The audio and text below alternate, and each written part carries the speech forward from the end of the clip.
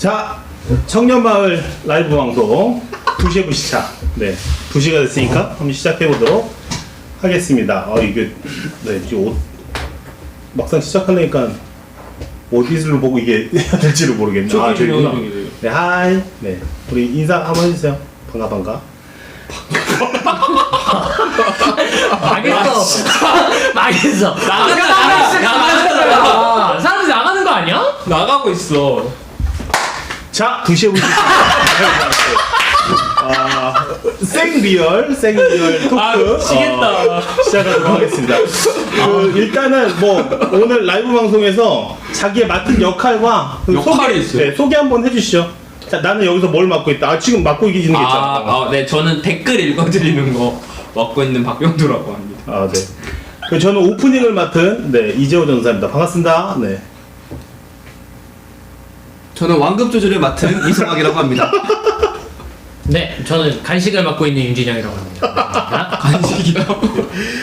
네, 오늘 저희가 이렇게 라이브 방송을 시작하게 된 계기는 그냥 아주 사소한 아이디어였어요. 그냥 카톡에 이런 거 하면 어떨까요? 뭐 이렇게 하나 딱 우리 병동생 올려주셨는데 그게 이제 일파만파 이렇게 커지고 광고를 시작하면서 이제 주워 담을 수 없는 일이 돼버려서 사실 지금 이게 오늘 어찌 될지 심히 걱정이 많은데 뭐 잘 되면 어쩌면 다음 주까지 할 수도 있을 것 같고 아니면은 오늘이 처음이자 마지막 라이브가 담임 목사님이 보다가 이따구로 할 거면 그만둬라 이러면서. 네.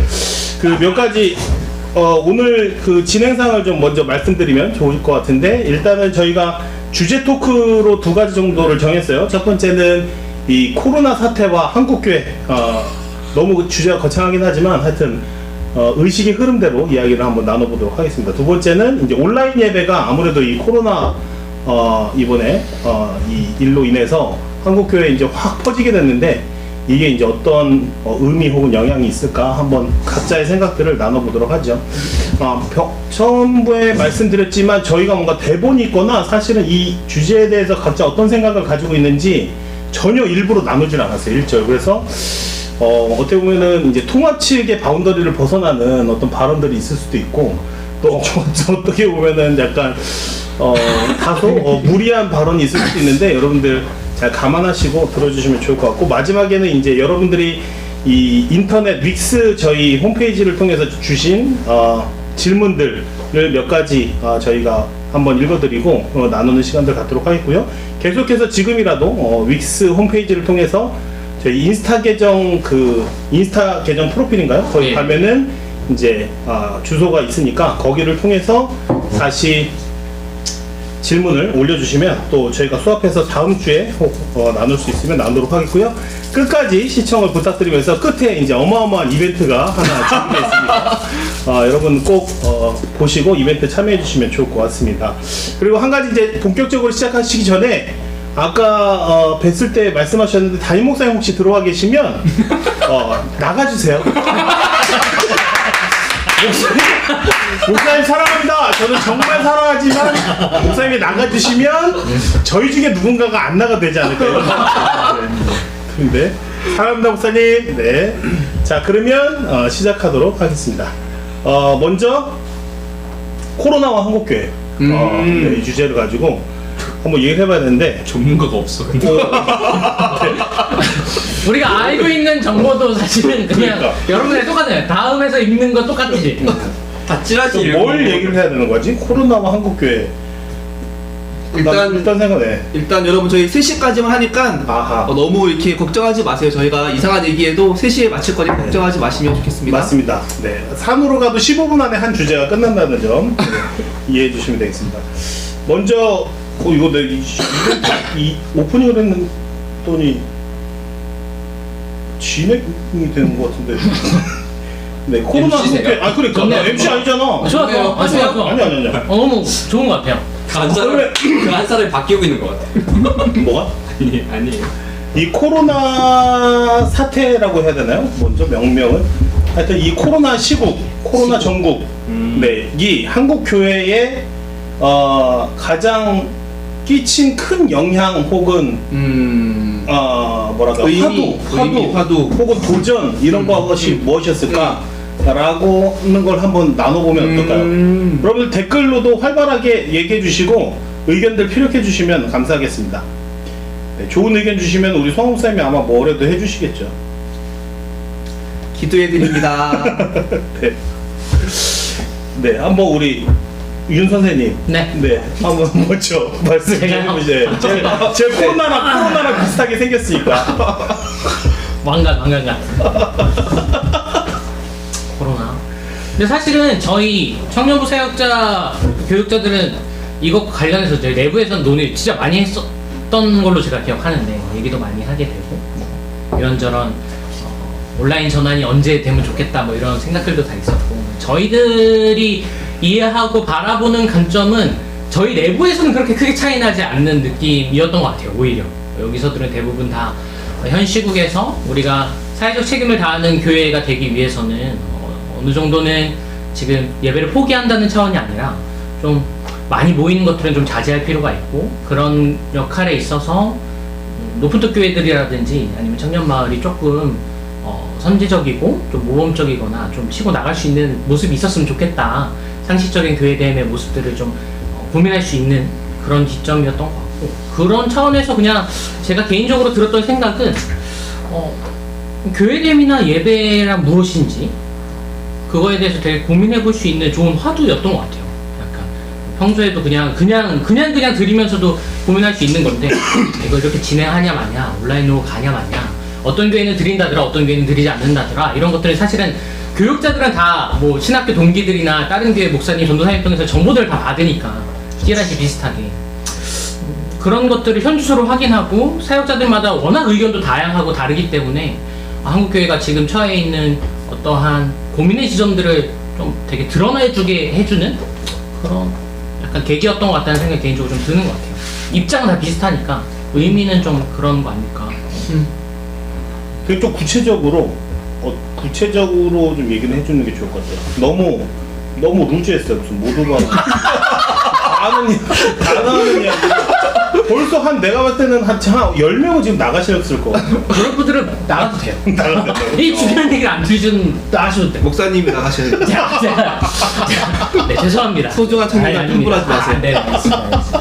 그냥 네. 저는 그냥 까놓고 말해서 코로나19 때문에 우리가 교회에서 맨날 삶의 예배 뭐 주일날 예배 드리는 게 다가 아니라 뭐 별의별 소리를 교회에서 다 해왔는데 그게 구라였다는 거를 대놓고 드러나는 사건 아니야. 왜요? 그냥 주일 예배 한번 쉬는 거 갖고서 예배를 너무 유난을 떴다. 예배를 어떻게 막 이렇게 가는 거 보니까 우리가 이때까지 해왔던 말들이 다 근데 이게 예배 한번 쉬는 게 사실 저도 조금 우리가 이제 그 쉬는 부분에 대해서는 크게 이견이 없는 것 같은데 좀 더 고민해보면 이제 헌금 문제 같은 거, 그러니까 주일 헌금이 거치지 않는 게 굉장히 치명적일 수 있는 교회 형편에 있는 그런 교회들도 많이 있을 거 아니에요. 그래서 그게 이제 쉬는 게 뭐랄까 정말 그렇게 현실적으로 굉장히 어려움으로 다가올 수 있지 않을까 싶은 생각도 사실은 들었고. 그러니까 그런 차원에서는 사실은 좀 총회나 교계 전반적인 움직임에는 되게 큰 아쉬움이 좀 있는 것 같아요. 왜요? 그러니까 총회 차원에서 그런 지침을 준다든지 결정을 내려준다든지 또 우리가 얘기한 것처럼 한 주 예배 안 드리면 사실은 되게 어려워진 교회들도 많이 있다는 거 우리가 알고 있잖아요. 그런 상황에서는 사실은 우리 개신교회들은 대부분 다 각자 도생 알아서 해야 된다라는 상황들이 너무 많이 있으니까 뭐 우리가 다 같이 어떤 기금 같은 게 좀 조성돼 있다든지 그런 어려운 교회는 대형 교회들이 뭐 이렇게 좀 약간 17만 모여서 좀 도와줄 수 있는 여지들도 있고 그런 것들이 좀 너무 작동하지 않는 게 너무 확인됐던 것 같아요. 총회나 한국교회 전반적으로 되게 각계 플레이만 열심히 하고 있고 각계 플레이들도 사실은 다 그냥 부교육자들이 아름아름 야 니네 교회는 어때? 니네 교회는 뭐 줄었냐? 니네 교회는 뭐 헌금 어때? 괜찮다고 하냐? 뭐 이런 얘기들이 그냥 아름아름 왔다 가는 수준 안에서 각자 교회가 알아서 결단을 내려야 된다고만 전달이 딱 되고 나니까 뭔가 얘기를 모아가는 차원에서도 우리 청년들이 이해하는 부분에서도 그렇고 우리는 뭔가 다 뭐 이렇게 안에 있으니까 알지만 또 갑자기 저게 뭔 소리지 이렇게 생각할 수도 있을 것 같아서 이 코로나 사태로 인해서 주일 예배 그러니까 모이는 거를 멈추는 것에 대해서 이 교회가 가지고 있는 두려움 혹은 긴장감, 부담감의 요소들은 무엇이었을지를 먼저 한번 얘기해봐도 좋을 것 같아요. 그냥 교인수 감소 아니에요. 사이즈 작아지는 거. 그나마 썬데이 크리스천 이렇게 붙잡고서 우리 교회 몇 명 다닌다로 뽐뿌하고 자랑하고 다녔는데 이제 그 수까지 줄어들고 이게 막 사실 너무 세게 나가나? 이거 지극히 강목사님의 개인적인 네. 아니 1, 2주 막 이렇게 하다 보면 썬데이 크리스천도 주일날 교회 안 나가도 이제 죄책감이나 이런 게 자연스러워지고 이러다 보면은 이게 그 사람들도 이제 교회 나오는 게 더 약해질 테고 그럼 교회 자체의 수가 확 거품이 빠질 테고. 근데 이게 한 주, 두 주 쉰다고 그 분들이 또 아예 안 나오지 않는 근데 않지 않나요? 같은 주장인데 신앙 교육의 측면도 교회가 가지고 있는데 이게 놀다 보면은 되게 좋거든요. 뭐 주일날 교회 안 가고 TV 보고 뭐 밖에 나가면 되게 평안한 일상처럼 힐링이 되는 것처럼 느껴지는데 그게 일상화가 되고 반복이 되면 교회를 안 나가게 되는, 그러니까 신앙의 초신자들 같은 경우는 이제 교회를 끊어버리게 되는 어떤 관점 시작도 될 수 있겠다라는 생각도 들고, 저는 이번에 코로나 사태를 겪으면서 제 느낌이 한국 교회는 되게 늙어가고 있는 그 어떤 생물처럼 보였는데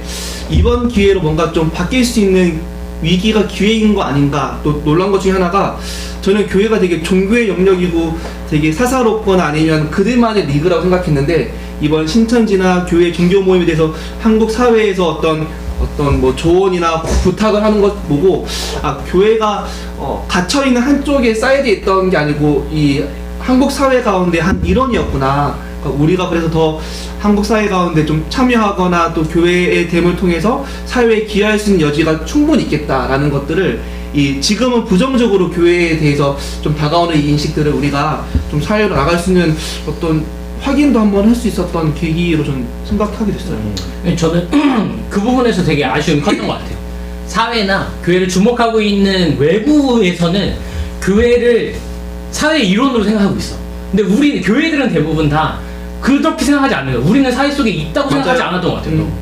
우리는 좀 우리만의 특수한 논리가 있어.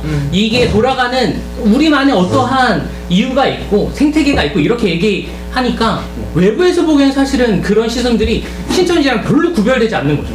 우리가 신천지 본체 열불 터지는 게 지금 그게 중요한 게 아닌데 왜 그런 거에 목매이고 그런 거에 그렇게 집착하고 그걸 어떻게 소통을 하고 어떻게 변해볼 생각을 안 하는 걸까라는 생각이, 약간 우리가 주일 예배 때 오프라인 모임을 지킨다 안 지킨다로 사실은 아직도 분분하고, 다행히 우리 교단에서 많은 교회들이 온라인으로 전환됐지만 뭐 예배를 강행하는 곳들도 많이 있잖아요. 아직 그게 현재 진행형이라고 생각되는데 사회에서는 교회들을 사회의 일부 아니라고 생각하는데 우리는 우리는 사회랑은 달라, 우리는 그 안에 들어있지 않아 라는 메시지를 너무 많이 내보내고 있는 거 아닌가? 라는 생각이 좀 드는 것 같아요. 근데 우리 교회도 다양한 형태의 예배라는 그 키워드로 생방을 할 수 있는 시스템이 있는 교회인 것 같아요. 그치. 저희 아버지가 목회하시는 교회 얘기를 듣거나 주변에서 그 인터넷에 이제 어르신들이 단독 목회 혼자 하시는 시골이나 아니면 작은 교회, 서울에 그런 데는 일단 라이브 장비 없어.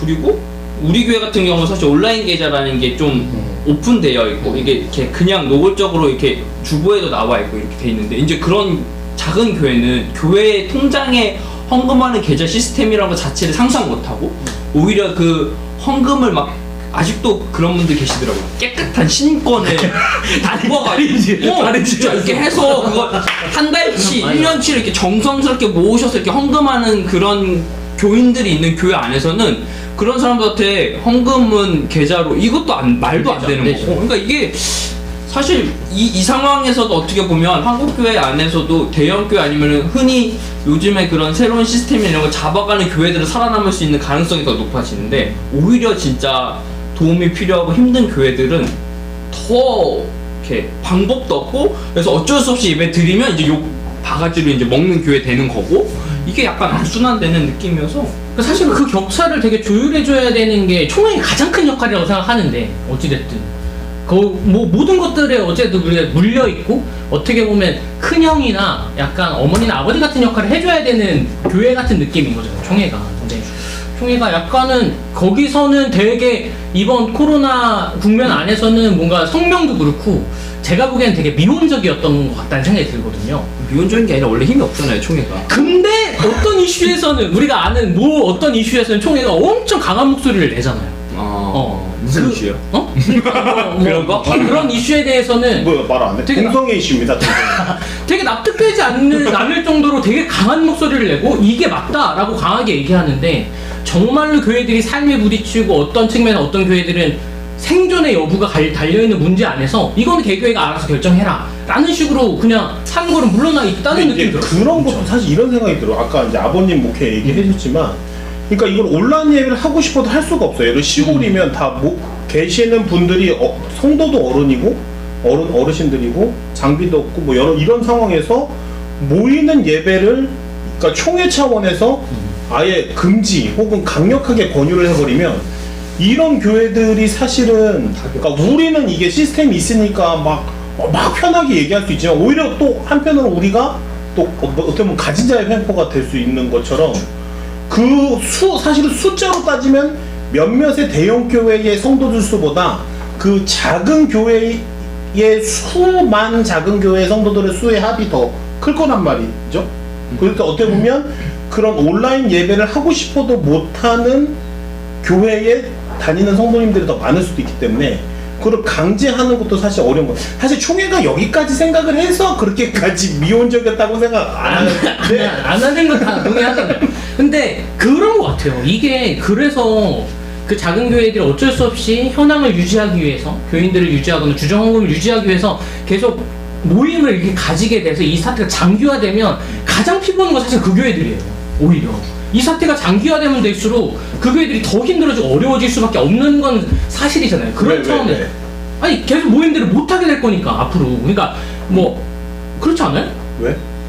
경제도 어려워지고 전반적으로 뭔가 돌아가는 것들이 어려워지면 가장 먼저 타격을 입는 건 저는 작은 교회들이 가장 먼저. 우리는 유지가 어떻게든 될 네. 거란 말이야. 그러니까 그런 차원에서 총회가 얘기해 줄 수 있는 게, 우리가 어떤 형태로든 그 교회들에게 뭔가 뭐 사후나 피드백들이나 이런 거를 좀 운동을 하거나 뭐 캠페인을 하거나 아니면 기금을 좀 마련해 보자 라는 차원의 메시지만 선제적으로 좀 주셨으면 그럼 제가 보기엔 대형 교회들도 당연히 동참할 거라는 생각이 들거든요. 그런 메시지 안에. 근데 한국교회 안에 그렇게 메시지를 이끌 만한 권위 있는 리더십이 없다라는 게 생각이 들고, 불교나 천주교는 권위가 있는 거잖아요. 그러니까 뭐 주교든 교황이든. 근데 한국 기독교는 그게 없이 숫자가 권위인 거잖아요. 10만 명 교회 다니면 10만의 권위가 있고 10명 교회 개척교회 목사면 그 개척교회의 권위가 없어지는 거고, 그런 상황이 한국교회 생태계가 지금 그런 걸로 살아오다가 이 코로나라는 위기 때문에 존폐의 이 위험을 닥쳤고, 저는 이게 늙어가는 한국교회의 생물을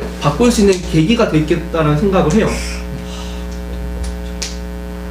그러니까 이게 약간 청년들이 겪고 있는 문제랑 똑같은 거예요. 결정적으로 어려운 시기가 딱 다가왔을 때 결국 각자 도생이야. 어쩔 수 없어. 니네가 역량을 개발했었어야 돼, 발휘했었어야 돼 라는 메시지로밖에 개신교회들이 갖고 있는 특징이잖아. 완전히 개교회 중심주의가 너무 선명하게 드러난 거예요. 이번 코로나, 제가 보기엔 총회가 망설였던 큰 이유 중에 또 다른 하나는 이걸 한다고 해서 교회들이 말을 들을까라는 고민이 있었을 거라고 생각해요. 그렇죠. 그러니까 힘이 없어. 우리가 성령을 내봤자 그러니까 얘네가 안 따라줄 건데. 어차피 강력한 메시지를 내봐야 안 들으면 나만 무서워지는 거지. 추진이 없어지고. 그러니까 사실 이도저도 아닌 메시지를 낼 수밖에 없었던 어떤 맥락이 분명히 근데 잡혔겠죠. 또 이 리더십 그룹들이 혹시 천주교의 진보적인 어떤 뭐 결정들처럼 똑같은 그런 어떤 사고를 가지지 않았을 수도 있고, 한국교회 자체가 어쨌든 보수든 진보든 또 뭐 태극기 집회든 또 진보든 다 이 언론 말할 수 있는 권위 안에 들어가 있는 거잖아요. 그러니까 한 목소리를 낼 수가 없는 것 같아요. 신앙관도 다르고 정치관도 다르기 때문에. 그러면은 일단은 코로나 얘기는 지금 시간이 꽤 됐기 벌써. 때문에 아니 우리는 되게 재밌는데 25라. 채팅창은 괜찮아요? 조용해졌어요. 너무 우리 저희끼리 우리 너무 총회 얘기만 했나 봐. 그러니까 총회까지 나오면은 이제 얘기가 재미가 없어지는 거지. 그 누가 궁금하겠어 총회 얘기는. 근데 총회 얘기를 안 할 수가 없어. 하여튼 총회 얘기는 그러면 많이 했으니까 그만 좀 정리하는 차원에서 이 코로나 이 시국에서 그럼 우리 청년 마을에 우리 교육자와 청년들이 어떤 부분은 좀 긍정적인 면으로 도전을 하고 어떤 부분은 뭐 아까 얘기했던 그 시골 교회나 작은 교회들에 대한 배려 차원에서의 좀 한번 염두 같은 거는 뭐가 있을지를 한번 얘기해 봐 주시면은 정리하고 넘어가면 좋을 것 같아요. 그러니까 우리가 바라보는 시각으로, 그러니까 좀 그렇게 좀 뭔가, 그러니까 이런 말이 좀 어려웠나? 그러니까 제가 얘기를 하자면 우리한테 체감되는 코로나의 어떤 영향들. 그러니까 제일 이제 예배를 뭐 모이는 방식의 예배를 좀 중단해야 된다라고 했을 때 가장 컸던 의미는 그거였던 거죠. 그러니까 사회의 일원으로서 뭔가 감염이 계속해서 전파되는 그 행위 자체에 우리도 동참한다. 그러니까 감염을 방지하는 행위에 동참한다. 그것이 우리에게 가장 필수적일지라도 그것을 이제 그게 이제 그걸 방지하는 차원에서 예배 중단. 그게 이제 가장 큰 의미인 것 같은데 이제 반면으로 그렇게 예배 중단이 어려운 환경 가운데 있는 교회들도 많이 있는 것도 사실이니까 그런 면에 있어서는 또 일방적으로 막 무조건 예배 안 해야지 뭐 예배하면 무슨 꼭 무식한 어떤 아직도 주일날 모여서 예배를 한단 말이야? 그렇게 무식한 교회가 있어? 이런 식의 또 태도는 살짝 지양해야 되는 게 아닌가 뭐 이런 생각도 사실 들더라고요. 그러니까 제 아내분도 그래서 지금 저희도 방송하는 이 시스템에 대한 거를 이렇게 스크립트로 설명문을 해서 이렇게 PDF 파일로 그러니까 그건 너무 페이스북에 감사하고 올리더라고요. 혹시 라이브 방송 필요하신 분들 이렇게 쓰시라고. 그래서 그런 분들 좀 그러니까 그게 없으면 진짜 아예 상상도 못하는 일이고. 근데 또 그거에서 이렇게 하면 되네라고 하지만 또 반대로 7, 80 어르신들이 그러면 핸드폰 라이브 유튜브로 이거 예배를 들으실까 그분들이? 예배라고 생각도 안 하시. 전혀 이게 불가능한 방법인 거죠. 요즘은 어른들이 유튜브 많이 하시지 않아요? 아이고 핸드폰이 뭐 없는 분들도 있고. 근데 약간 그냥 퍼뜩 지금 얘기를 들으면 퍼뜩 떠오르는 아이디어인데 사실은 우리 안에도 이런 걸 할 수 있고 이거 사실 라인 몇 개 해도 거기 있는 시스템들이 충분히 활용할 그런 연결의 능력이 없어서 그렇지 연결만 하면 가능한 거잖아요. 몇몇 장비들을 가져가면 되는 거고. 근데 목사님도 그런 능력은 없잖아요. 거기까지? 네. 차라리 TV 채널에서 11시에 다 전 국민이 볼 수 있는 기독교 방송에다 예배를 틀어주는 거. 그런 게 낫는 거 아니야? 그러면 또 대형교회 또 돈 주고 들어오지. 설교하는 거. 근데 천주교처럼 일률적인 어떤 조직과 신앙의 장점이 이런 위기에 좀 빛나 보이긴 하는데 또 개신교의 이런 다양한 교회 조직이 또 장점도 같이 있는 거잖아요. 근데 우리가 이 장점도 같이 있지만 지금은 이 다양성 때문에 어려움을 겪는 거니까 이 부분에 대해서는 같이 열어놓고 생각할 필요 있는 것 같아요. 그러니까 한편으로는 사실 그렇게 단순 비교는 어려운 것 같아요. 뭐 불교가 1600년 만에 뭐를 중지해요? 뭐 사찰 출입 자체를 다 통제. 그리고 뭐 카톨릭도 그러고. 그러니까 그 사실은 결국에는 경제 논리일 텐데 불교는 원래 그런 정기적인 그 집회가 있는 건가? 요즘은 교회 많이 배워서 주일 불교학교도 있습니다. 네, 주일은 아니겠죠? 일요일 불교학교?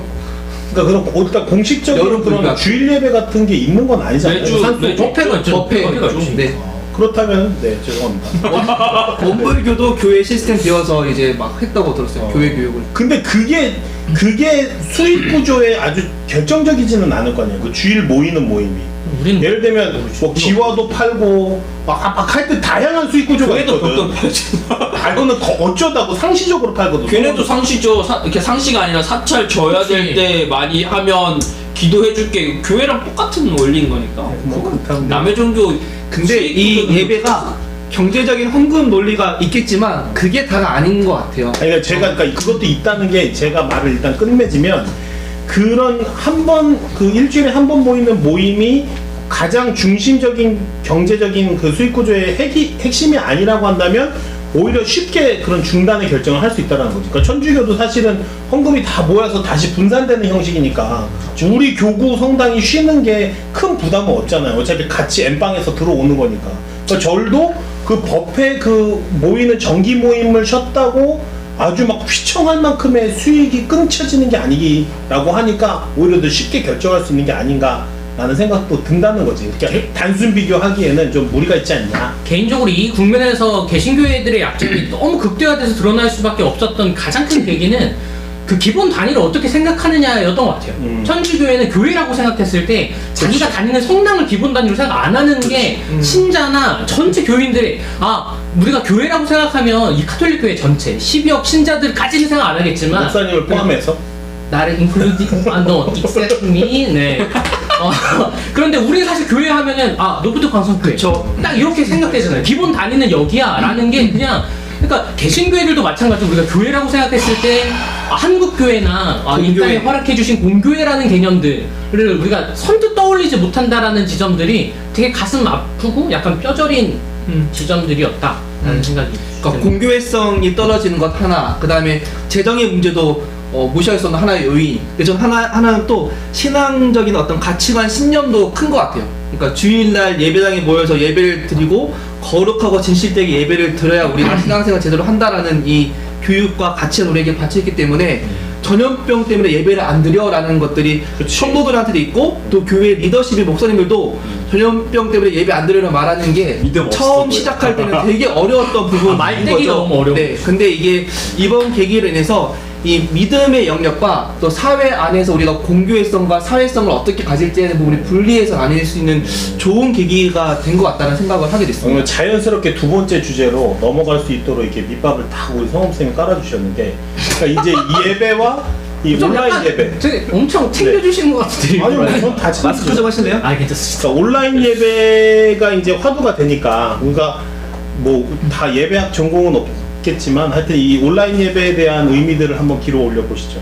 그러니까 결국 아주 중요한 메시지가 있었던 것 같은데 우리는 별로 아닐 거야. 나도 그렇고 우리 청년 뭐 지체들도 아닐 건데 조금 더 이렇게 보수적인 입장을 한번 우리가 생각하고 얘기를 해야 될 필요는 있을 것 같아요. 왜냐면 너무 우리 안에서의 얘기만 있으면 우리 빙의해 봅시다. 않아요? 빙의해 봅시다. 그러니까 그 빙의를 안 하- 온라인 예배를 망설이고 있는 측의 교회나 그러니까. 신학적 입장들은 그러니까. 과연 어떤 취지에서 이걸 그러니까 되게 아까 망설이는지. 성황 쌤 말씀하셨던 것처럼 그 우리가 이 질병 때문에 주일 성수를 깰 수 있는가? 이 거룩한 주일 성수를 내가 내 질병에 대한 두려움으로 이 주일 성수를 범할 수 있느냐? 그리고 이 주일 성수 범하자라고 담임 목회자가 말할 수 있느냐? 이게 사실은 여전히 좀 살아 있지 않을까? 왜냐면 이게 만약에 그럴 일은 없겠지만 우리끼리가 독립된 어떤 공동체라고 하면 부담이 없겠죠. 왜냐면 우리 청년들은 그걸 받아들일 준비가 돼 있습니다. 근데 그 교회를 구성하고 있는 장로님들, 권사님들은 수십 년간 주일 성수를 막 신념처럼 가지고 있었던 분이 있단 말이죠. 그러니까 그런 분들한테 이 눈에 보이지 않는 이 전염의 위험을 가지고 이제 그만하자 얘기를 하고 겪어보지 못한 전염병의 위험 때문에 한 번의 예외가 생긴다는 것들을 이제 감당하지 못하는 심적 부담이라고 여길 수 있을 것 같고, 저는 생각했을 때 저는 이게 한두 주 급하게 예배를 중지하는 거에 대해서는 동일하지만 이게 우려되는 점은 이거를 빌미로 인터넷 예배가 괜찮겠네, 아니면 교회 안 나가도 설교 그냥 에어팟 끼고 출퇴근을 들으면 예배지, 이런 식으로 좀 변질이 될까봐 두려운 거죠. 왜냐면 신앙도 교육의 측면이 계속 필요하고 모이는 것들에 대한 어떤 거룩함들이나 또 그를 통해서 우리가 받는 어떤 은혜와 힘이 있는데 그런 것들을 이제 사라지게 될 수 있는 어떤 시기가 되지 않을까. 또 이게 전 사람은 악한 습성이 있고 또 나쁜 습관은 금방금방 사람들이 배우고 막 더 발전하잖아요. 근데 신앙에서도 일주일에 한번 모이는 게 되게 규율처럼 보이고 우리를 억조는 것처럼 보이지만 어쩌면 그게 최소한 우리를 당기는 어떤 힘이었을 수도 있겠다. 근데 그게 끊어지는 게 나쁜 의미로 끊어지게 되면은 나쁘게 습관이 되면 한국 교회가 좀 악화될 수 있는 길은 아닐까라는 생각을 하긴 합니다. 그 얘기를 이제 저희가 온라인 예배 하고 있으니까 오늘 주일 오전에 온라인 예배에 참여하셨던 분들은 한번 본인의 경험들을 이렇게 채팅창에 올려주셔도 좋을 것 같고. 진행 좋아. 준비하고 싶다니까요. 대본 안 쓰기로 했는데. 대본 안 야, 엄청 쓰기로 준비 했는데 많이 했네, 엄청. 진행이 괜찮은데, 너무 괜찮은데. 네, 계속 가시죠. 네. 합방 진출하려고 지금. 저희 근데 30분이에요. 이제 이 원래 아니 이걸 좀 더 하셔도 돼요. 아. 뒤에가 별로 없기 때문에 한 5분 10분.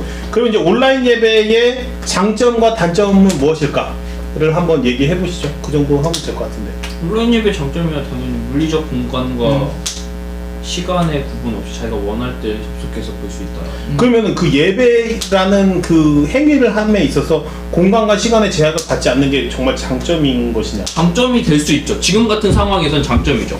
그리고 오늘 담임 목사님 설교하시는 것처럼 억압돼 있거나 소위 종교가 탄압돼야 되는 시점이라든지 아니면 자기가 정말 예배를 드릴 수 없는 급박한 상황에서에는 이 온라인이라는 힘이 엄청난 힘을 발휘하는 거예요. 물론 오프라인도 힘이 당연히 있는 건 인정하지만 그런 특수 상황에서 온라인 예배라는 거는 정말 엄청난 힘이고, 아까 저희가 한국교회 코로나 얘기할 때 그 힘이 없는 교회에서는 지금 어려움을 겪고 있다라는 말 자체에서도 지금 우리 교회 같은 경우는 이 온라인 예배라는 걸 할 수 있다라는 걸 엄청난 지금 혜택을 보고 있는 교회인 거잖아요. 난 조금 더 나아가서 이런 생각을 해봤어요. 온라인 예배를 하면 되게 어색할 거 아니에요. 뭐 예를 들면 집이면 거실, 그리고 집 거실에서 우리 집으로 상상하면 나랑 뭐 우리 집사람이랑 애들이 같이 온라인 예배 참여하고 있다라고 할 때 일어서고 앉고 같이 찬양 부르고 기도하고 뭐 설교 듣고, 근데 설교 이제 하는 시간인데 막 애들이 막 장난치고 그래. 그러면은 그냥 그래도 안 치고 뭐 이렇게 하는 그 과정에서 저는 어떤 생각이 들냐면 그 뭐랄까 다소 뭐라고 표현해? 낯설지만 되게 긍정적인 효과가 뭐냐면 내 그 우리가 맨날 말로 하는 너의 삶의 터전이 예배처다라고 할 때 그 예배라는 형식은 물론 이제 일상적인 예배지만 그런 형식적인 예배를 내 삶터에서 행함으로써 그 낯선 가운데 은혜들이 있을 수 있을 것 같아. 그러니까 아, 우리 집 거실이 예배 장소가 될 수 있는구나 라는 거를 이렇게 진짜 이렇게 경험하는 거죠, 오감으로. 그래서 그런 면에서도 또 굉장히 긍정적인 효과가 있지 않을까. 근데 저는 지금과 같은 재난 상황 가운데에서 일시적이고 임시적인 방편으로는 되게 온라인 예배가 이것도 하나님께 우리의 마음을 들여서 예배를 드리고 시간과 장소를 구별할 수 있는 좋은 예배의 초소가 될 수 있겠지만, 이게 조건이 지금의 상황이라는 것을 기억해야 되는 것 같아요. 왜냐하면은 제가 뭐 다른 도시든 다른 나라든 뭐 예배당이든 성당이든 어떤 공간에 들어갔을 때 주는 그런 위험들을 느끼고, 예배도 회중이 함께 모이거나 예배당에 앉아서 예배를 드리는 구별된 어떤 시간과 장소에 내가 들어가는 그 느낌이 우리의 어떤 몸과 마음에 자극을 줄 수 있고 새롭게 할 수 있는 어떤 계기가 된다고 저는 생각을 하거든요. 근데 지금과 같은 상황에서는 온라인 예배가 충분히 우리가 의미를 살리고 마음의 간절함을 가지고 예배하면 그 예배가 하나님께서 받으신 진정한 예배이지만, 지금과 같은 상황이 아닌데에도 나의 편리함이나 나의 나태함으로 이것들을 정당 방향 수단으로 바뀌게 된다면 그때에는 똑같은 온라인 예배여도 하나님 보시기에 온전한 예배가 되지 않을 수 있겠다라는 경각심이 우리에게 필요한 거고, 그래서 제일 중요한 거는 우리의 마음가짐이라고 저는 생각이 드는 것 같아요. 많이 동의를 하면서 너 이렇게 사실은 그러면은 뭐 질문을 좀 해볼 수 있을 것 같아요. 그러면 그 온라인 예배라고 그러니까 물론 마음이 더 해이해지기 쉬운 환경이긴 하겠지만, 사실 몸이 예배당에 와서 앉아 있어도 뭐 핸드폰하고 유튜브 보고 뭐 심지어 스포츠 경기 중계를 보는 친구도 내가 본 적이 있는데. 여러분, 예배당에서 스포츠 중계 경기를 보지 맙시다. UFC는 제발 UFC 보고. 제발. 하여튼 그러니까 그거나 이거 나중에 언제 한번 얘기 한번 해야 돼. 이거 경찰이 왔을 때 소방 선생님 얘기해 주셨던 그거는 나중에 기회가 닿으면 한번 얘기해줘야 나중에 지금은 좀 다루기 어렵지만 나중에는 나 솔직히 한번 다루었으면 좋겠다. 저는 경기 결과를 본 적이 있어요. 뒤에서 이렇게 백업해야 될 때 이렇게 개수하거나 얘기할 때 한 바퀴씩 가끔씩 이렇게 왔다 갔다 하잖아요. 그러면은 경기 결과가 이렇게 핸드폰으로 보시더라고요. 그러면 끝났네 하고도 이렇게 갈 수 있거든요.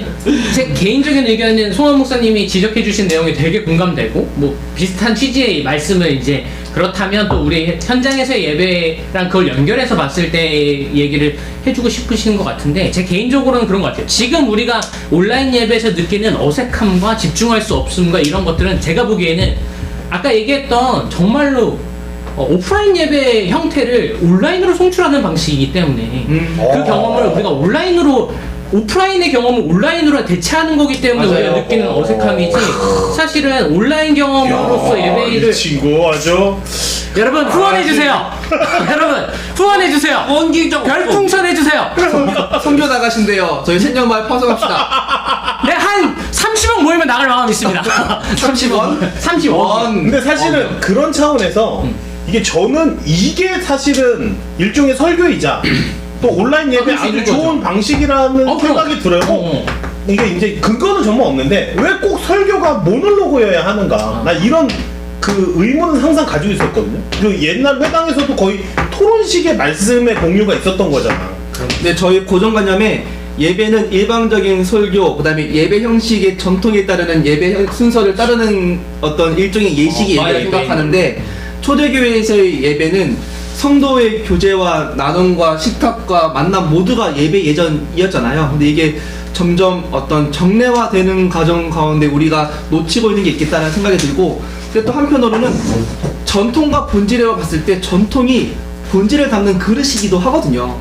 근데 이 전통이 본질을 못 담을 때 전통을 빼야 되는데, 전통이 없이 본질을 담을 수 있다고 손쉽게 생각하는 거는 오히려 이 본질을 해칠 수 있다. 이 예배라는 내용들에 대해서 저희가 손쉽게 바로 폐기, 바로 그냥 이렇게 빠져버리는 거는 되게 위험한 발상일 수 있겠다라는 생각이 들긴 해요. 그냥 제 개인적으로 생각할 때는 이때 우리가 온라인 예배나 이런 것들을 어떻게 온라인에 맞는 예배를 드릴 수 있고 지금 이 시대에 드릴 수 있는 예배들을 디자인할 수 있는 어쩌면 되게 절호의 찬스와 기회일 수 있겠다는 생각이 들어요. 한국 교회가 하지 못했으니까. 근데 사실은 제가 알기로는 미국 교회들은 온라인으로만 아예 예배를 드리는 형태의 그러니까 오프라인 예배도 같이 하지만 한 달에 온라인, 한 번 오프라인 하고 그런 예배는 식으로 예배를 온라인으로 드리는 교회들도 많고, 그거에 대한 교인들의 피드백도 그러니까 아예 온라인 맞춤형으로 예배를 디자인하고 나니까 사람들이 이 설문을 했을 때 도움이 정말 된다, 이 온라인이라는 툴이 예배 통로에 도움이 된다라고 이제 체감된다는 사람들이 압도적으로 많다고 제가 설문 얘기도 들었던 경험이 있거든요. 그래서 그런 디자인을 좀 해볼 수 있는 계기라고 생각했으면 좋겠다라는 네. 생각이 좀 드는 것 같아요. 그런 노력의 일환으로 저희가 이런 것들을 시도해보고 있습니다. 교회가 먼저 사라질까요? 아니면 그 영화도 요즘은 오감으로 체감할 수 있는 4D 막 이런 거 나오잖아요. 그런 시스템의 예배가 생길까요? 아니면 그 전에 교회가 사라질까요? 사라지진 않겠죠? 사라지지 않을까요? 네. 네, 저희 시간이 다 돼가는데 뭐 마무리 그리고 이거 하나는 이야기. 얘기를 해봐야 될 것 같아요.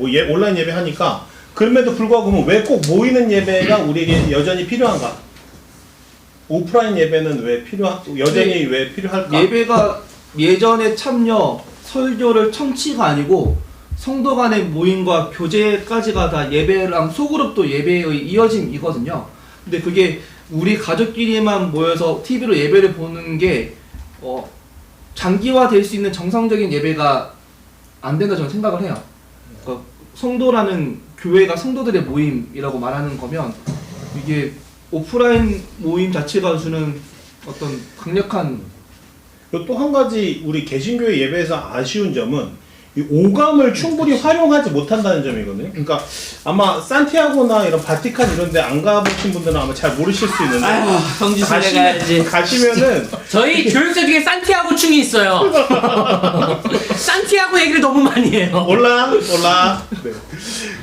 이게 향을 쓴다든지 뭐 휘황찬란한 어떤 빛이 반사되는 그런 기구들을 조명물을 쓴다든지 이런 것들이 있는데, 결국 모이는 예배가 여전히 중요하다라는 것은 그렇게 함께 모여서 오감을 활용할 수 있는 그 공간과 그 경험을 제공해 준다는 거지. 그러니까 찬양을 해도 혼자 방 안에서 혼자 부르는 게 다르고 같이 옆에 사람하고 부르는 게 다르고. 산티아고 얘기하시려고 이 질문하신 거죠? 아니에요, 이 얘기를 하려고. 아니 산티아고 자기 거 얘기하고 싶으니까 질문을 짰어. 사다리 밟고 나 산티아고 갔다 왔다 이랬다. 네.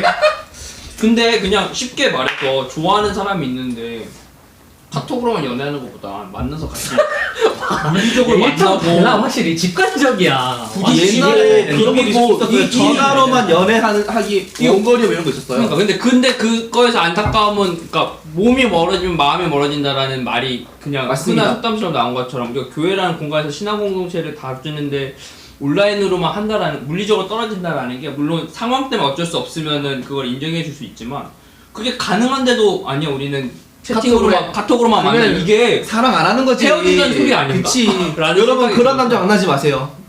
만날 수 있는데 안 만난 남자. 그럼 무슨 남매? 몰라. 아니에요. 네, 갑자기 또 이상해졌어. 덧붙여 주시죠. 왜 그럼에도 왜 오프라인 예배는 우리에게 필요한가? 간식 던다. 당 떨어지죠? 네.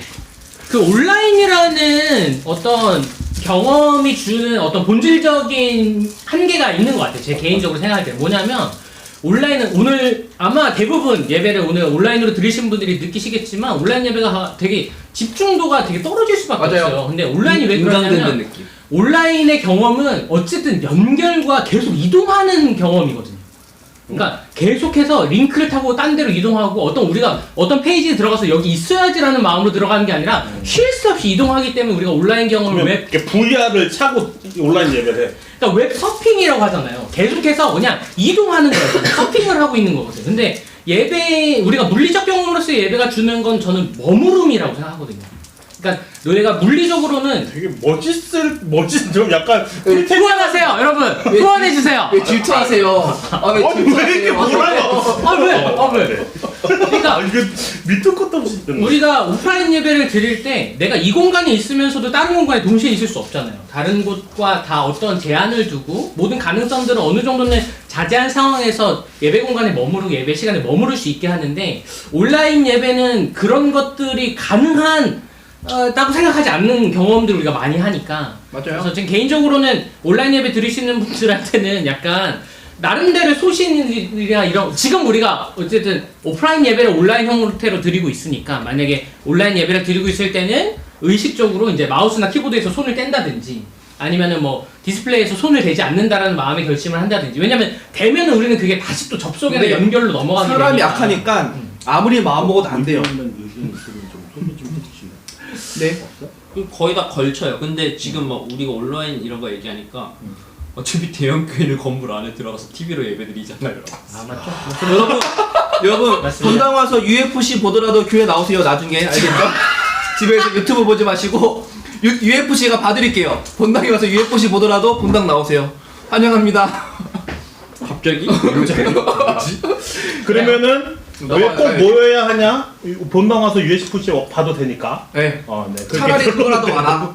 본당 와서 UFC는 볼 수 있지만 차라리. 내가 혼자 온라인 예배만 드리면 이성훈 목사님을 볼 수 없지. 보니까? 이성훈 목사님 볼 수 없지. 그렇게 되면.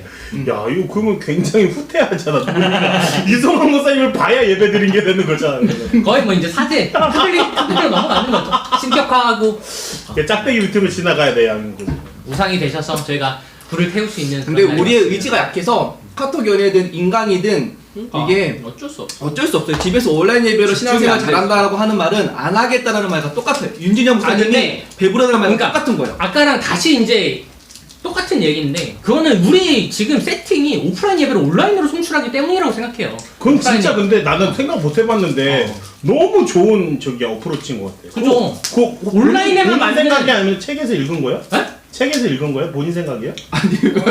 난 아니 너무 훌륭해가지고. 싸워요. 그냥 뭐 어떻게 싸워. 다 그냥 그런 생각이 들었던 것 같아요. 똑똑해요, 윤진영 하나 더 목사님. 드세요. 이래봬서. 하나 더 먹어야 돼. 똑똑합니다. 네. 응, 그래 그래. 좋습니다. 그러면 예배는 이게 지금 얘기가 좀 어떻게 마무리가 되는 거 정리가 된 건지 이 정도 하고 모르겠는데. 부족한 건 네. 다음 주에 하죠. 다음 주에 또 네, 해요. 하여튼 뭐 보시죠. 네, 질의응답. 네, 질의응답 시간으로 넘어가도록 하겠습니다. 3부예요, 3부. 지금 1부, 2부가 지나고 3부 질의응답 시간인데 3시 되면 마칠 거예요. 15분밖에 안 그러면 남았네. 그 질문 들어온 것들을 한번 쭉 읽어봐 주실래요? 우리 아니 일단 다룰 수 네. 있는 아니, 거를. 일단 실시간 채팅에 나왔던 건데 간신 윤 목사님 혼자 드세요? 너 누구냐? 너 누구냐? 네. 제주도가 더 좋았다고 어디서 말하고 다니셨다는데요? 나 간식 제주도 좋았어. 먹겠습니다, 여러분. 간식 맛있게 먹겠습니다. 뭐 다른 거는 거의 저희가 얘기했던 것 같고요. 네, 그렇습니다. 이게 들어온 거네요. 선영이랑 30분 더 하라는데 이지구님이 엄청 밀어주시네. 30분만 더 하지. 우리 삼촌 뭐 하는 거야 지금? 삼촌 아무도 안 들어와 있을걸요? 송민우. 통민우는 벼랑 끝에서 밀 사람이지 도와줄 사람이 아니에요. 저희 이거 질문할 시간 없어요. 빨리 넘어가요. 3시에 마칠 거야. 일단 그 코로나 관련된 거여서 가장 처음에 원래 나왔던 질문인데요. 그 저희 질문 받은 거예요. 신방도 못 하고 예배도 없으신데 요즘 출근해서 뭐 하세요? 요즘 출근해서 뭐 하십니까? 여러분 그걸 안 한다고 해서 우리 교회가 일이 없지 않아요. 우리 교회 진짜 일이 많은 교회예요. 진짜 일이 많으니까 평소에 신방이나 다른 업무를 하느라 되게 느리게 홀딩되어 있던 일들을 쭉 진행할 수 있는 정도의 여유가 생겼다. 저는 개인적으로 그렇게 생각해요. 여유가 생겼어요? 그러니까 그것만 집중할 수 있는 여력이 된다. 이제는. 그 평소에는 기본 업무를 하다가 이제 또 신방도 하게 되고 여러 가지 흐름이나 리듬들을 재조율해야 될 이제 에너지들이 많이 필요했는데 지금은 원래 기본 업무가 되게 많다 보니까 그러다 보니까 그냥 아예 놀고 있지는 않거든요. 뭔가 계속 하고 있어. 그리고 해도 끝이 안 나고, 특히 이 코로나 국면이 되고 나니까 코로나 국면에 맞는 형태의 뭔가 세팅을 만들어내고 고민을 하고 회의를 다시 해야 될 소요들이 또 많아져서 나름대로 초반에 세팅하는 데는 일이 적지는 않은 것 같아요. 저는 일이 없습니다. 네. 네. 야 이렇게 간다고? 저는 더 바빠졌는데 사실. 사실 우리는 더 바빠졌지. 왜냐면은 와. 기존에 준비했던 거 다 취소하려면 담당자들한테 다 전해서 이런 사정으로 다 연기됐다라고 연락 돌리고 있죠. 방송 분위기 이상하고. 러빙뉴도 폭파돼서 러빙뉴 관련돼서 그 사회복지 쪽 그 병원에서 사회부 담당하시는 분한테 연락해서 사죄하고 죄송합니다 다음에 하겠습니다 연락했죠. 신방도 홀딩돼 있는 거 하나는 어쩔 수 없이 해야 돼서 했고요. 사실 저번 주에 첫 그거였잖아요. 근데 목요일은 그렇게 해서 신방 날리고 금요일부터는 이제 라방하고 그 대예배 라방도 청년부한테 지금 학교에 있는 짐 다 옮기라고 해가지고 막 그거 세팅하러 다니고 라이브 장비 되나 안 되나 테스트하는 것까지 추가돼서 사실 평일보다 그만 알겠대. 그만하래. 네 죄송합니다. 우린 일이 많아요. 여러분 이거 그냥 휴대폰 켜고 하는 거 같죠? 이것도 저희 한 10시간 일이 준비했어요. 정말 많아요.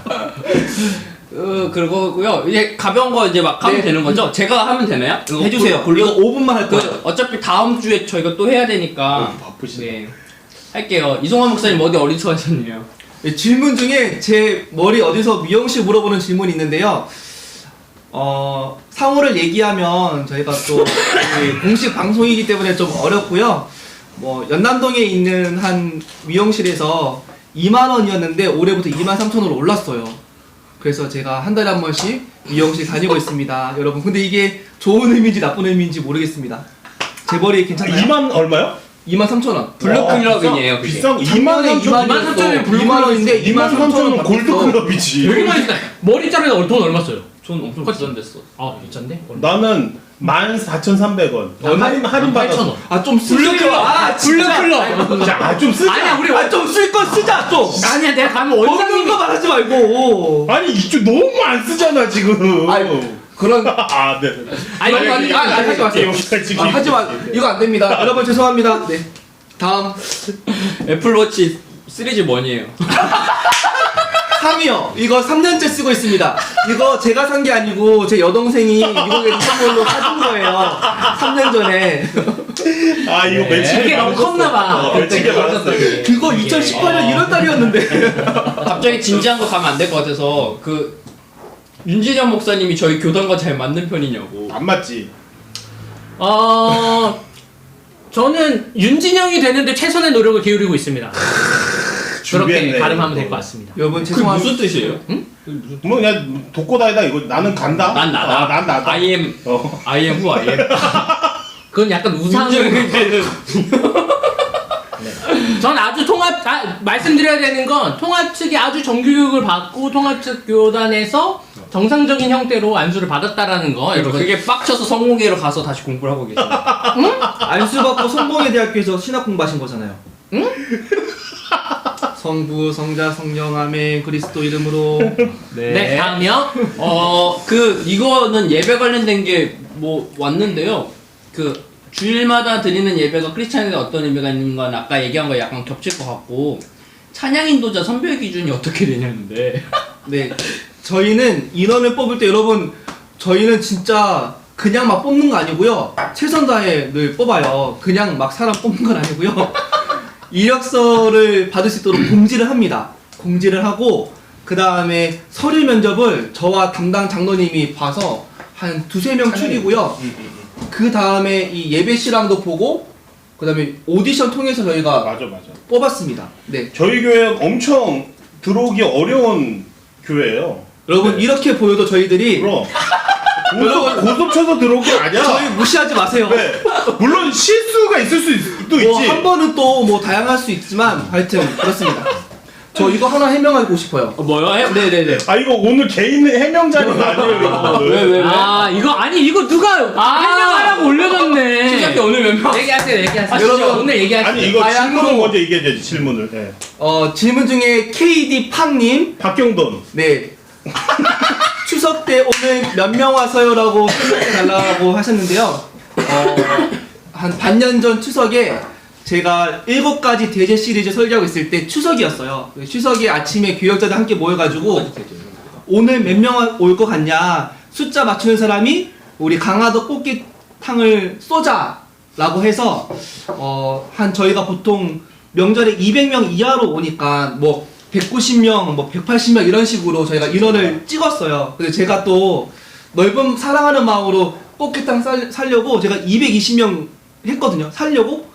근데 그날 설계하는데 사람이 너무 많은 거예요. 너무 미화되는데? 그래서 나가자마자 이 마이크가 온 된지도 모르고 오늘 몇 명 왔어요 물었는데 뒤에서 후주하고 축도 후에 기도하는 애들이 놀라가지고 나오면서 오늘 왜 그러냐고 물었고 그리고 그날 설교가 아마 교만이었나? 교만 설교해놓고 담당 목사가 설교하고 나서 축도 끝나고 오늘 몇 명 왔어요 물어보는 그런 이상한 일이었지만 꽃게찜 때문에 그랬다. 그래서 그리고 제가 얻어먹었다. 꽃게탕은 맛있었다. 네. 고기탕 맛있고, 네, 맛있었죠. 맛있게 먹었죠. 네, 지루하대요. 재밌게 얘기하는데. 윤진영 목사님 질문입니다. 왜 입맛이 까다로우신 거죠? 듣기론 곱창도 못 먹는다는데 왜 그런 겁니까? 그렇게 까다로우면 근래에 알게 된 맛집 공유 부탁드립니다. 제가 그런 식감 별로 안 좋아해요. 좀 너무 쫄깃쫄깃하고 막 이런 식감 별로 안 좋아해갖고, 네, 그래서 안 먹는 고기 거예요. 좋아하시잖아요. 아니, 그러니까 그런 곱창, 내장류, 뭐 닭발, 껍질 이런 거 별로 안 좋아해갖고 최근에 갔던 데 중에 되게 괜찮은 데는 저희가 금요일에 갔던 저는 연희동에 동태찜 집이 있어요. 하나 되게 괜찮은 집. 그것도 상호를 제가 말씀드릴 수는 없지만 찾아보시면 연희동 뭐 동태찜 하면 거기밖에 아마 안 될 거예요. 거기 굉장히 맛있고 굉장히 매콤한데 마성의 매콤함이 있어서 저희 4명 다 너무 맛있게 먹었던 집이 있습니다. 뭐 기회가 닿으시면 뭐 한번 가보시는 것도 나쁘지 않을 것 같습니다. 다음에요. 그러니까 밤에 한다고. 그리고 네, 저희가 지금 이게 카테고리 중에 좀 오늘 지금 막 우스갯소리를 할 수 없는 부분이 몇 개 있어서 이거는 일단 읽어내 드릴게요. 뭐뭐가 들어왔냐면 이념도 우상인가요? 이념. 네, 이념, 이즘. 이지얼러지. 그래서 근데 이거는 뭐 어떤 관점의 질문인지 사실 잘 몰라서 이거를 저희가 어떤 기준을 딱 잡고서 그걸 얘기하면 난 그런 의미로 질문한 거 아닌데 이럴 것 같아서 일단은 좀 더 봐야 될 것 같고요. 나중에 구체적으로 더 질문을 좀 해주세요. 네네. 저희가 그러니까 준비할 수 어떤 있게. 이념을 말씀하시는 건지나 어떤 맥락에서 아니 구체적인 사례들을 재질문을 해주시면 뭐 되게 좋을 태극기 것 같아요. 아니면 신앙의 이념 이런 식으로 해주시면 되겠습니다. 그리고 목사님들의 세상을 향한 비판의 목소리 듣고 싶어요. 이거는 하면 나중에 네. 나중에 다른 교회를 못 나중에. 가잖아요. 그냥. 나중에 나중에 세상을 향한인데? 그래도 어찌됐든 나중에 정말로 이장호 목사님이 이 방송을 안 보신다라는 것이 확실해졌을 때 그게 보장이 될 때 그때 저희가 얘기를 네, 한번 네, 그런 게 있었고요. 크리스찬 커플 스킨십 어디까지 허용 가능한가요? 여기까지 대답하기 되게 쉬웠는데 뒤에 또 단서 조항이 있습니다. 목사님들의 경험에 빗대어 설명해 주세요. 목사님들. 저희가 그러면 다음 진짜 주에 너무 말하고 싶은데 저희 말할 자격이 안수 없어. 받고 한번 안수 받고 아니요, 한번 내요. 다음 주에 전도사 사례 하나 듣고 목사 사례 하나 해서 오케이. 목사 사례 네. 저희가 알려드릴게요. 이런 게 네. 있었고요. 네, 윤 목사님 결혼 언제 하세요? 이런 거 있었고요. 네네 알아서 하겠습니다. 네, 감사합니다. 알아서 하게 좀 두세요. 하겠지. 결혼 언제 할래 묻는 거는 명절 때 아시죠? 10만 원 이상 내셔야지 물어볼 수 있는 알아서 알아서 하겠습니다. 하겠지. 네 고맙습니다. 코로나19 확산 관련해서 신천지 예수교에 대한 질문이 여러 개 있었는데 이거는 지금 뭐 얘기하기가 다음 주에. 그렇고 다음 사실 주에. 이거는 요즘 유튜브에 하도 많이 나와가지고 전문가들이 떠드는 얘기가 많아서 그런 우리 거 신천지 다음 주에 한번 털어봅시다. 진짜? 우리가 알는 게 있을까? 일단 넘어가요. 지금 네. 시간 없어요. 얘네 시간 끝낼 거야. 깔끔해. 나중에 가야 돼. 시간 많아요. 7분 많이 남았어요 지금. 우리 할 거 많았어. 아 우리 지금 얘기해야 될 게 있어. 아, 맞네. 이거. 아니 근데 이거 오늘 못 할 것 같은데. 빨리 할수 하세요. 있어요. 빨리 그리고 하세요. 이거 해야 되잖아. 오디오 물리면 안 돼. 결혼할 배우자 선택하는데 가장 중요한 기준은 무엇인가? 이것도 이제 연애랑 이런 거 관련해서 같이 얘기하면 좋을 것 같고 우리 교회도 신천이가 있을까요? 있겠죠? 있죠. 그리고 네, 등록교회는 아닌데 한 명 걸러서 쫓아보낸 적이 있습니다. 따라왔다가 신천인 거 걸려가지고 네, 그렇고 교회 오빠 믿어도 되나요? 그 오빠. 미쳤죠. 절대 믿으면 안 됩니다, 여러분. 절대로 모든 믿으면 안 돼. 오빠를 믿으면 안 돼. 절대 믿. 아니 특히 나만 교회 믿고. 특히 교회 오빠는 믿으면 안 돼. 아니, 교회 오빠셨죠? 아니? 여러분 선교단체 오빠. 아이고야.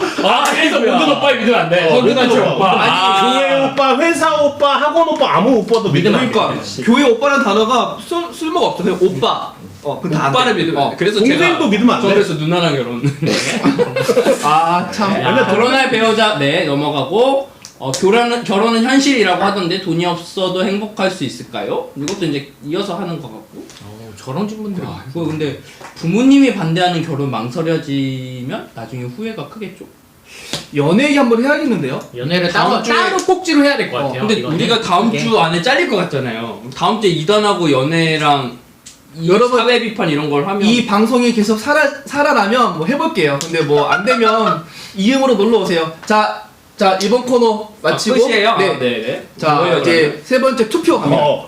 아니 근데 이거 너무 지금 시간차가 있겠지만 실시간 우리 질문 이지구님 합시다. 아 오빠라는 단어에만 국한하니 야 역시 누나도 조심해야 돼. 통찰이 있어. 누나도 조심해야 돼. 통찰이. 야, 통찰이. 아 좋은 지적 감사합니다. 네. 자 이음 언제 열어요? 교회 공간에 대한 출입이 자유로워지면 같이 여는 걸로. 네. 네, 이제 투표 가시죠. 광고는 누가 하시나요? 아 광고 이 투표는 목사님 해주세요. 어? 당사자가 아니니까. 내가? 이거 설명. 설명. 이거 나 아까 근데 제대로 안 들었는데. 그럼 모사임 해주세요. 제대로 좀 들으세요 공지사항을. 투표 설명. 투표 설명? 무슨 투표? 이벤트 이거. 이벤트 설명. 이벤트 설명. 예. 이벤트가 있는데요.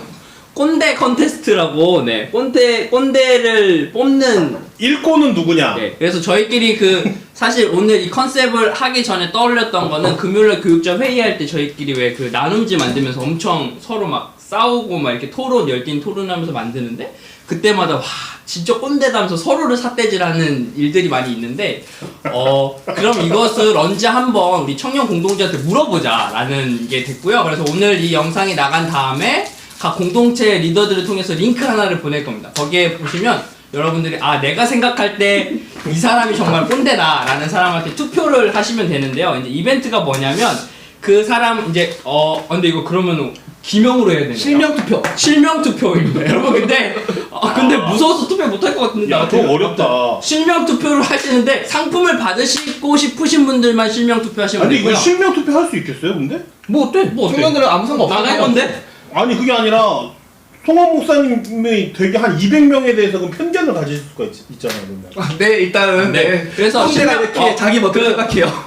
이벤트 상품을 받고 싶으신 분들만 실명으로 하는 걸로 하고요. 그렇게 됐을 때 만약에 1등이 박병도가 나왔다 그러면은 박병도를 선택하신 분들 전체에게 한 사람에게 한 500원에서 1000원 사이에 되는 기프트콘을 그럼 100명이 저를 투표해서 제가 1등이 되면 100명한테 쏘는 거죠? 네. 꼰대가 내가- 자기를 선택한 100명에게 카톡으로 100개 쏩니다. 네. 그렇대요. 뭐라고? 전사님이 꼰대로 1등 하시면 나는 이재호 전사님이 꼰대 같다고 투표한 150명에게 목사님 사비로 쏘시는 거예요. 1000원씩. 나를 꼰대로 뽑은 사람한테 내가 내 돈으로 사준다고? 목사님 맞춤법이야. 그래야지. 그건 아니지. 맞다. 꼰대로 뽑아주셔서 감사합니다. 기분도 나쁜데 그 사람한테 아니. 내가 왜 사줘? 뽑아주셔서 감사합니다. 싫어. 덕분에 당선됐습니다. 제가 지지에 제가 부합하는 사람이 살겠습니다. 아까는 룰이 반대였잖아요. 아까는 아니야, 그게 룰 뭐였냐면 아니야? 그게 그거였어요. 그게 룰이야. 아니야. 아까 그거였는데 그런데 이제 저희가 사실은 후보가 2명입니다. 기호 1번 누가 하실 거예요? 아니 그 이름을 해요. 네, 뭐. 그래서 그 이송학, 이재호 이렇게 둘을 뽑으시면 되는데요. 나머지 두 교육자는 이제 뒤에 줄서기를 합니다. 그래서 덜 꼰대일 것 같은 사람 이름을 저희가 쓰고 꼰대 다 네. 꼰대. 하여튼 여러분 그냥 넷 중에 누가 제일 꼰대일 건지 투표하시면 맞춘 자, 사람에게 카톡 선물합니다. 자 정견 발표 30초씩 하시죠. 아니요 됐어요. 왜요? 아니 30초씩. 아니 정전 발표 여러분 이래요. 자 넘어갈게요. 다른 자, 거 빨리 다른 거. 사순절 러빙유 2분 남았어. 꾸준히 해야 돼. 빨리 해, 빨리 해. 자 러빙유 자 여기 네, 저희가 사순절 기간에 예배도 못 드리고 다들 만나지도 못하는 상황이라서 어떻게 하면 좀 사람들을 연결짓고 할 수 있을까 이런 고민을 하다가 러빙유를 각 공동체별로 그 카카오 공공 계좌를 하나 만들기로 했어요. 그래서 여러분 사순절 기간에 어찌됐든 저희가 룰을 정할 때 안 듣고 있다. 뭐야 다들 미디어 금식을 하신다든지 뭐 음식 금식을 하신다든지 카페인 금식을 하신다든지 다양한 정도의 여러분들이 포기하는 게 있을 텐데 그 포기한 것에 맞게 입금을 해주시면 돼요. 약간 그래서 이 자기 실명으로 입금을 하는 게 아니라 내가 만약에 커피 한 잔 오늘 안 마셨다. 그러면 그 공공 기부 계좌에 뭐 커피 한 잔, 뭐 혹은 나는 뭐 넷플릭스를 지금 끊었다. 그러면 넷플릭스 한 달 해서 그 금액들을 공동체별로 모아주시면 저희가 부활절 때까지 다 모인 금액으로 그걸 이번 사순절에 러빙유 공원으로 헌금으로 이렇게 진행하면 좋겠다라는 생각을 저희가 하고 있고요. 그래서 각 공동체별로 일단은 공공계좌를 이번 주 중에 개설을 아마 하게 될 거고 공동체에 속하신 분들을 다 초대를 해서 공공계좌 안에 나간다고? 아니 하세요. 그렇게 해보려고 생각 중입니다. 어찌됐든 공동체 통해서 다시 재공지가 될 거고요. 많이 좀 참여해주시고 함께해주시면 좋을 것 같다. 특별한 사순절을 보낼 수 있을 것 같다라는 생각을 해봅니다. 많이 참여해주십시오. 여러분 다음 주에 만나.